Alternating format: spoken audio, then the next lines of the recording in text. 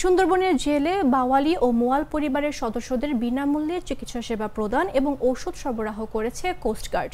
বৃহস্পতিবার সকাল থেকে দুপুর পর্যন্ত মংলার জয়মনির ঘোল এলাকায় উপকূলের এই দরিদ্র নারী পুরুষ শিশুদের এ সেবা দেয়া হয়েছে। কোস্টগার্ড সদর দপ্তর থেকে জানানো হয়, বৃহস্পতিবার উপকূলের 2 শতাধিক নারী পুরুষ ও শিশুকে বিনামূল্যে চিকিৎসা সেবার পাশাপাশি তাদের প্রত্যেককে প্রয়োজনীয় ঔষধ সামগ্রী দেয়া হয়। সেই সাথে প্রত্যেককে দেয়া হয়েছে একটি করে নতুন কাপড়ও। আর ফ্রি মেডিকেল টিমের নেতৃত্বে ছিলেন কোস্টগার্ডের medical officer surgeon lieutenant commander Maksuda Jahan. এ সময় আরও উপস্থিত ছিলেন মার্কিন দূতাবাসের প্রতিনিধি রায়ান রে ও Taylor Chase Tiller.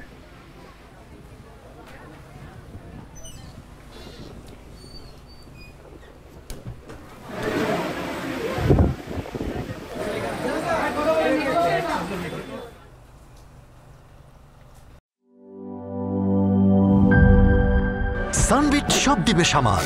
Sunbit magic press dishwashing এর মাথা ঘোরানো সলিউশন।